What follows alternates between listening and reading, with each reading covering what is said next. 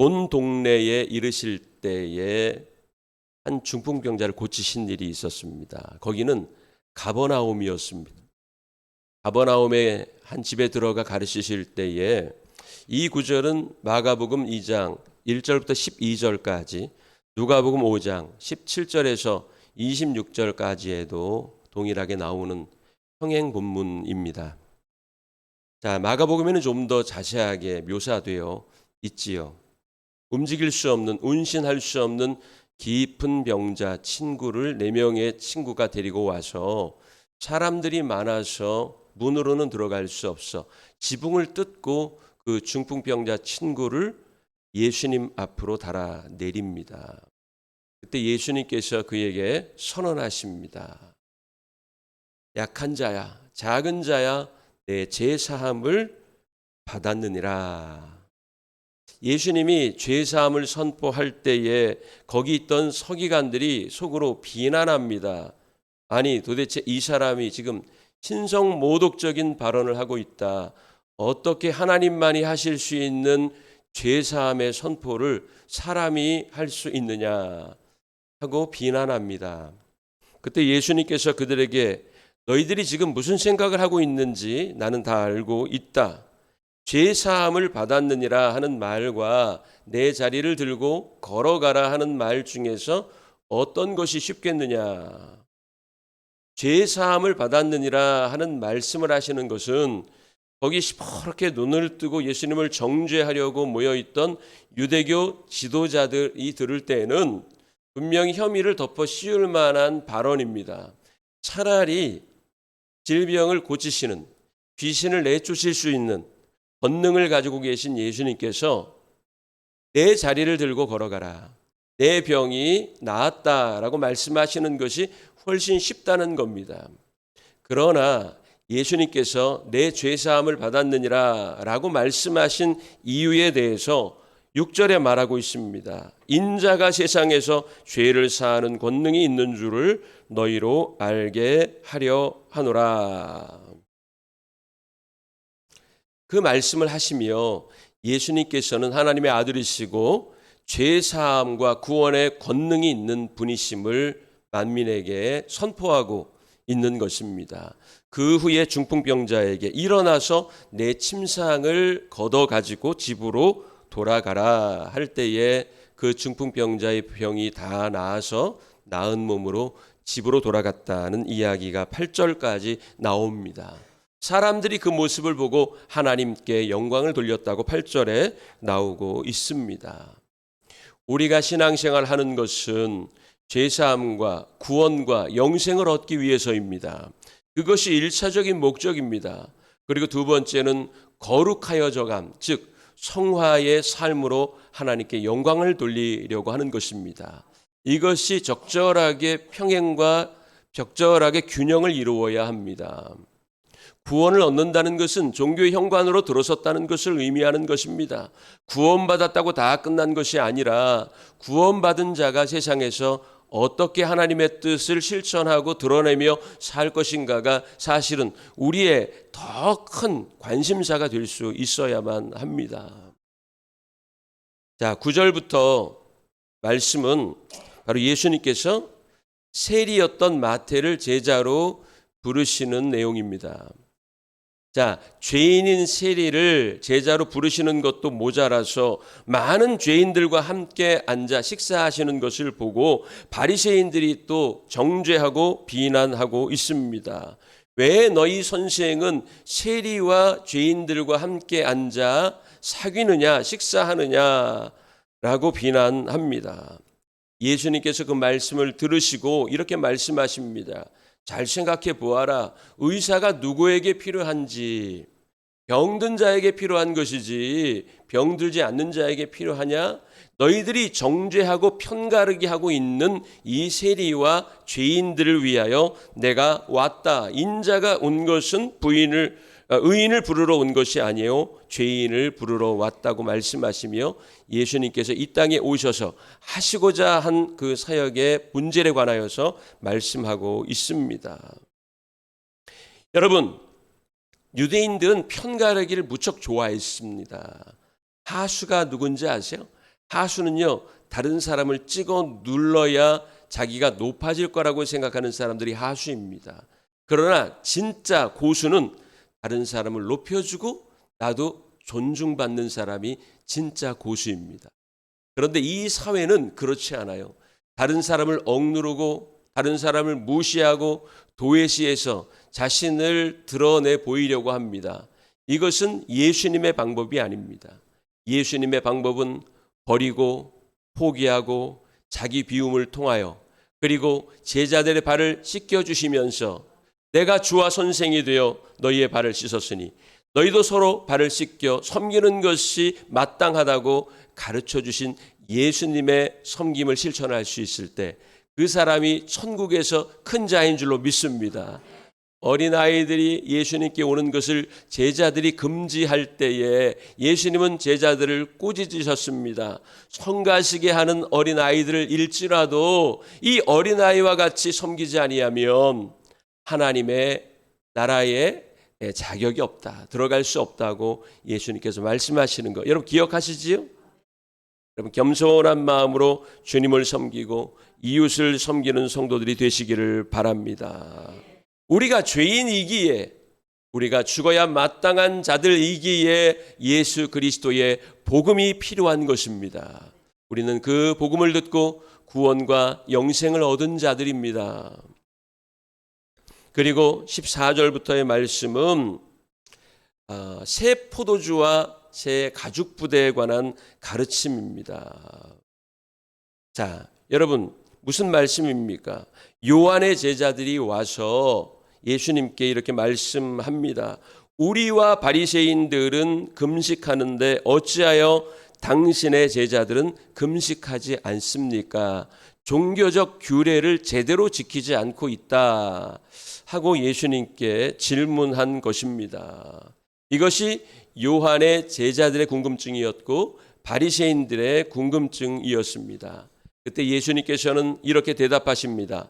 혼인집 손님들이 신랑과 함께 있으면서 즐거워하지 않는다면 그것은 신뢰가 아니냐. 그러나 신랑을 빼앗길 날이 오는데 그때는 마땅히 슬퍼할 것이니라. 여기서 말씀하고 있는 신랑은 누구입니까? 예수님 자신을 말하고 있는 것입니다. 천국 복음이 선포되었고 병든 자가 일어나고 죄인이 구원을 얻는 기쁜 일들이 일어나고 있는데 슬퍼한다는 것은 있을 수 없는 일이라고 하는 것입니다.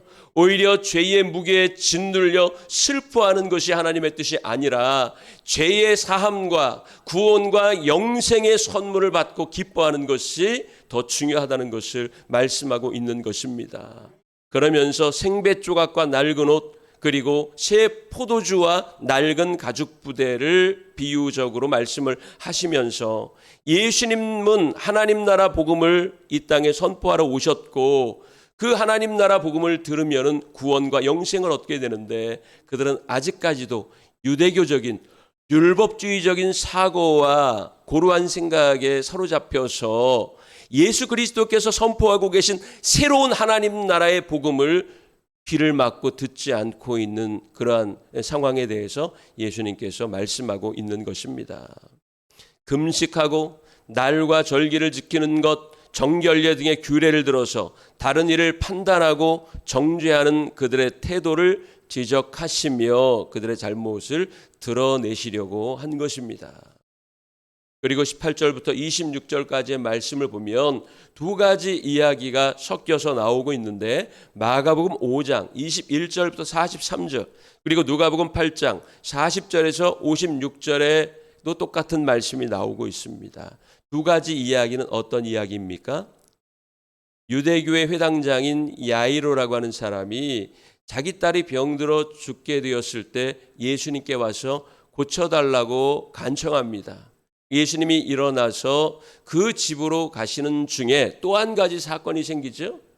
12년 동안 혈루증을 앓고 있던 한 여인이 겸연적인 모습으로 부끄러운 심정으로 죄인의 마음으로 예수님 앞으로 오지도 못하고 물론 그는 오랜 질병 때문에 기력이 없어서 예수님 앞으로 먼저 다가갈 수조차 없는 가련한 여인이었던 거지요.